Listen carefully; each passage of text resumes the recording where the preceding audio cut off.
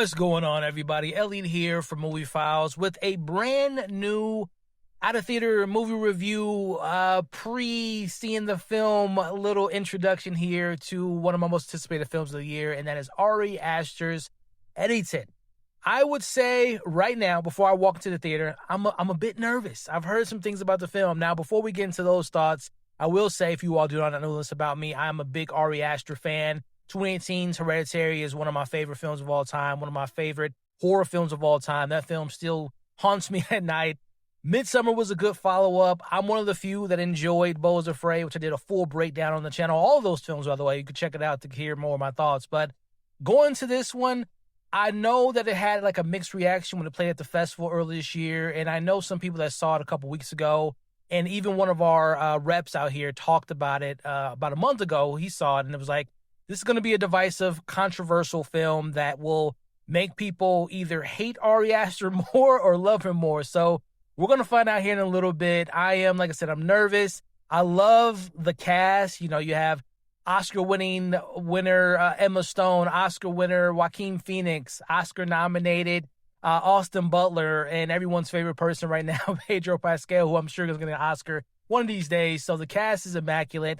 Only thing I know about it, I saw the first teaser when it released, is this is a modern Western that takes place in the pandemic, and that's all I know. So Ari Aster, modern Western with a stacked cast. I don't know what I'm walking into. Controversy, divisiveness, excellence, or just a trash movie. We're about to find out. So fingers crossed I'll come back with some good news. I'll see you all on the other side. And we are back. Just got done seeing Eddington. As I said at the beginning of this video, big Ari Aster fan, was very intrigued by this film. But remember I said I was nervous. Well, my nervousness came true. This is the first time, and again, remember, I think Hereditary is a masterpiece. I think Midsummer is a really solid follow-up to what I think is his best film today, and I don't know if he'll ever do another Hereditary in his career. I'm one of the few that like Beau is Afraid, and I know people hated that movie. The way people felt about Beau is Afraid is how I feel about this film. I wouldn't go as far as say I hated this movie, because I think it's kind of hard to hate a film, but I think it is pretty easy to really dislike a film. Where do we even begin? So I will say positives first, because I always, try to start with the good stuff. This is a contemporary modern Western. The basic, without giving too much away, you have these two alphas, in a sense, males, fighting over the power of this small town, Pedro Pascal being the mayor and Joaquin being the sheriff of the town, and all that stuff. To me, it was giving me like almost No Country for Old Men, Fargo type of vibes, with obviously the heightened nature of what was going on during the pandemic. And a lot of that stuff within the first, I would say 30, 40 minutes, I was pretty locked in, if I'm being honest. The performances were really solid. The comedic, dark comedy satire on the situation was really working for me. And again, I thought that even though I didn't like this movie, I'll be upfront with you all, I did not like this movie. Ari Aster is a really, really great director. Like, he knows how to compose a shot, put together a shot, to do unique things to keep you engaged with the narrative. As far as from a production standpoint, the score was solid. It looks really good. So again, guys, the first 30, maybe even 45 minutes, I was engaged. My issue with this film is Ari Aster is trying to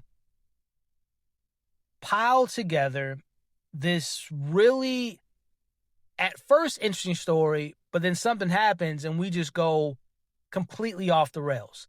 Now, mind you, this is being backed by, again, the controversy of the thesis of what's going on, the narrative, as far as this is all going on, this fight for power in a small town is going down during the pandemic. So with that, without giving too much away, we're only 5 years removed, less than 5 years removed from it, but Black Lives Matter, wearing masks, conspiracy theories, deep state. I mean, I don't want to say too many trigger words on YouTube to trigger this review, but you guys remember all the stuff that was going down. So just imagine all that compiled into a 2 hour and 40-minute film. while trying to have all these connective tissues and all these characters, it was a certain point in this film. I know exactly what point it is. Obviously, I won't spoil it, but there's a point in this movie where I just completely checked out. It is really difficult for me as a film watcher to be engaged with a narrative when I just don't care about what's going on screen. I don't care what our protagonist is trying to accomplish at a certain point. I don't care about the supporting characters. I don't care about the lack of this. There's so much that Ari is doing that I felt like, to me, I honestly mean this. Again, even though I talked about this is a well-made film from a production or how it looks, how it sounds, but narratively, this is to me his worst script. Like, I don't even, I'm trying not to be funny, I don't even know if they had a script. At a certain point, it didn't feel like this film had a script. It just felt like you have all these great actors, Pedro, Joaquin, Emma, Austin Butler, who, by the way, is barely in this film. And since I'm on that, I guess I'm transitioning to the negatives. So if you couldn't tell already, a lot of wasted talent. Emma is like, I don't even know why besides probably wanting to work with Ari, I can see that being like something as an actress at her caliber, she wants to work with some of the best directors. But besides that, I don't know why she took this role. Austin Butler, I have no idea why he took this role. He's in more of the promotion of this movie than he is in the actual film. Joaquin is Joaquin. He's one of the greatest actors of our time, but the character was so frustrating. And what this journey they put him on was just so stupid to me. It was so frustrating. I'm sitting there watching this movie, and I want to say this now. I know this film has a certain cloud over it because a lot of people assuming that it's going to be, it's a dangerous thing to tackle all these different things in this film, but I don't think the film's dangerous in the sense like he's mishandling these subject matters. I just feel like the way that the subject matter tries to coexist with the narrative, it just doesn't work. There's not a cohesion. There's not much of a flow.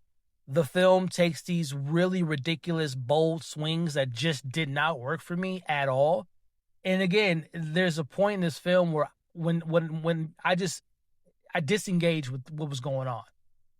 And as that happened, I'm just like, I couldn't wait for this movie to end. And speaking of the end, it doesn't even want to end. It just keeps going and going and going. I don't want to say I'm disappointed, but I kind of am because I am such a big fan of Ari. But this is the worst movie he's made, in my humble opinion. Again, I consider Hereditary a masterpiece. Midsommar is a great film in its own right. Beau's Afraid, I think, is at times wonderful. But outside of the 30, 40 minutes that I liked from the beginning, I really did not enjoy myself tonight. It's funny at times. It does put a mirror in front of us as a society just to remind us how crazy we were or how crazy the world was at that point. And I think, I'm going to wrap this up soon, but I think one of the reasons why I probably was disengaged with a lot of the ridiculousness is because we aren't that far removed from that. And if you're going to engage with the stuff that we dealt with as a society, like, do something with it. And what Ari does with it in this film to me was just uninspiring, if I'm being honest. I should take that back, because this film, I've never, I guess it's a compliment, I have never seen anything like this as far as how the film descends into madness in which it does, classic Ari, classic A24, but I just didn't engage with this particular story. I didn't like this movie. So with that said, I don't think it's worth seeing. I can confidently say I will never watch this again. I'm going to give Eddington a 2 out of 5. I can't go lower than a 2 because even if I don't engage with a narrative, there's productional value. There are good performances. It did engage me for 30, 40 minutes, so I can't go lower than a 2. But that's where I'm at. 2 out of 5 for me in Eddington. I don't recommend it. I don't think this film, not that I want to, throw shame at movies because I support cinema, but I don't think this movie's going to do well. But that's just my thoughts on Eddington. Pretty bad movie. But let me know what you all thought of the film, if you saw it, when you see it. Did it work? Did you enjoy it? Did you find, I don't even think it's social commentary. Like, this is just a messy movie. But my review's over at this point. It's your turn to engage. What did you think of the narrative, the performances, the story? What worked, what didn't work? Where do you rank this amongst Ari Aster's other films? Let me know in the comments below. Thank you all for watching my review. Do all the YouTube stuff. I would appreciate it. Like, share, comment, consider subscribing. And I'll see you all on the next video.